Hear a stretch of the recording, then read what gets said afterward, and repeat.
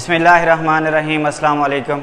My name is Muhammad Sarmat and today we talk about introduction of biology.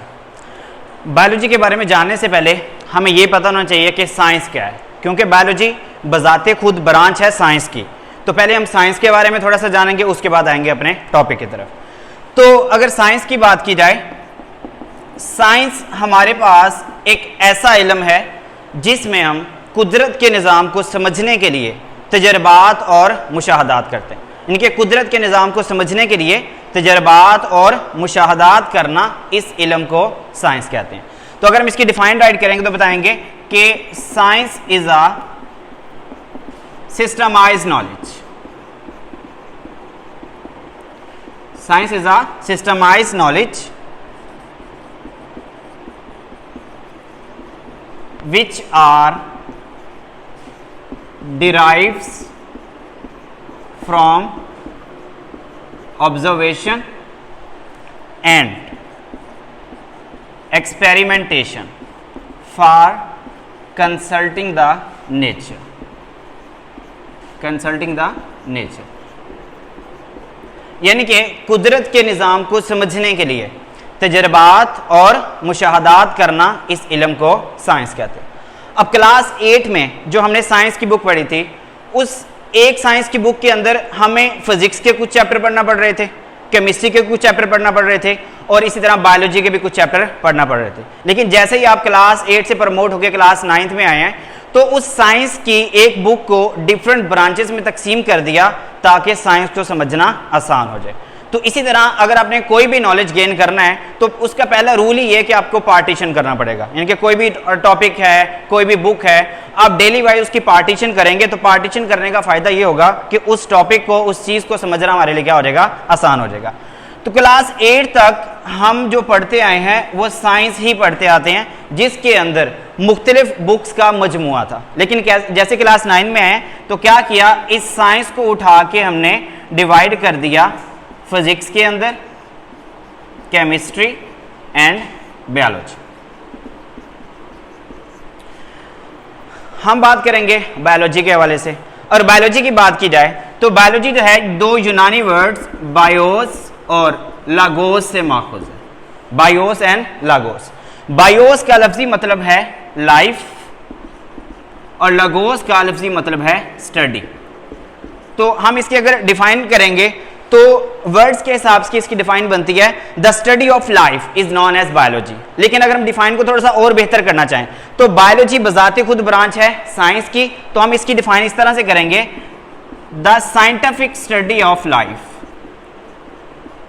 The scientific study of life कि science की रूह से जिंदगी का मुतालिया biology कहलाएगा। अब लाइफ का मुतालिया बायोलॉजी है, जिंदगी का मुतालिया बायोलॉजी है, लेकिन जिंदगी क्या है, what is life, why is their life.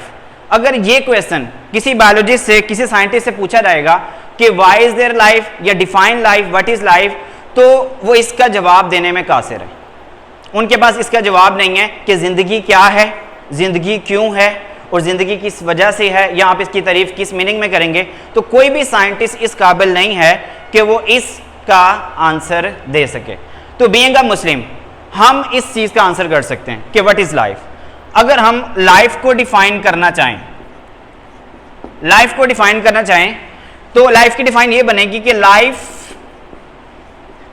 Is the name of worship of Allah, कि जिंदगी अल्लाह पाक की इबादत का नाम है। जिंदगी अल्लाह पाक की इबादत का नाम है। बीइंग अ मुस्लिम हम इस चीज को डिफाइन कर सकते हैं, लेकिन अगर किसी साइंटिस्ट से पूछते हैं जो कि अपने मजहब के हिसाब से मुसलमान ना हो, तो उसके लिए इसको डिफाइन करना क्या हो जाएगा, मुश्किल हो जाएगा। अब जिंदगी का मुतालिया बायोलॉजी और जिंदगी क्या है, अल्लाह पाक की इबादत का नाम है। अगर हम जिंदगी का मुतालिया करते हैं तो इस कुराए अर्ज के ऊपर जिंदगी की बहुत सारी इकसाम पाई जाती हैं। इस कुराए अर्ज के ऊपर जिंदगी की बहुत सारी इकसाम है। यहां पर लाइफ की जो टाइप्स की बात करें, यहां पर लाइफ एनिमल्स की भी है,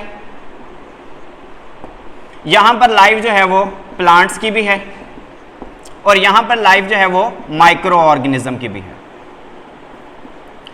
अगर हम साइंस की रूह से एनिमल्स का मुतालिया करेंगे तो एनिमल का मुतालिया कहलाएगा zoology.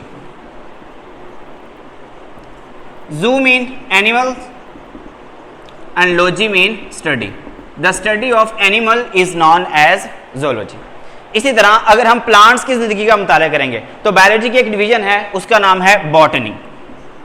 The study of plant is known as botany.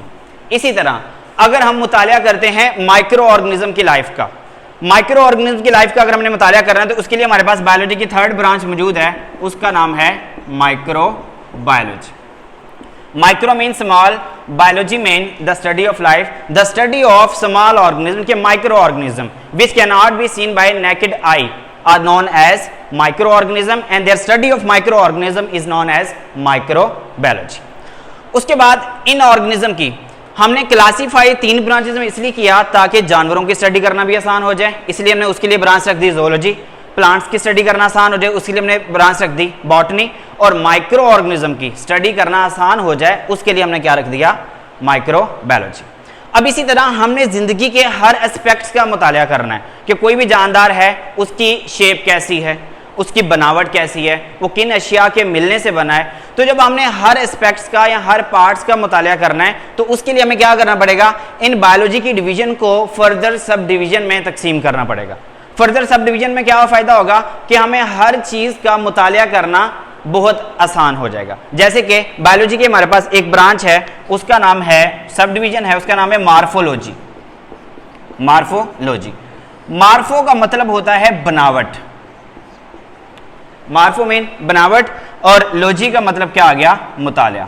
इनके जानदारों की बनावट का मुताला जो है, जानदारों की बनावट का मुताला क्या कहलाएगा, मार्फोलॉजी। इसी तरह बायोलॉजी की एक और सब डिवीजन हमारे पास जो मौजूद है वो है एनाटॉमी।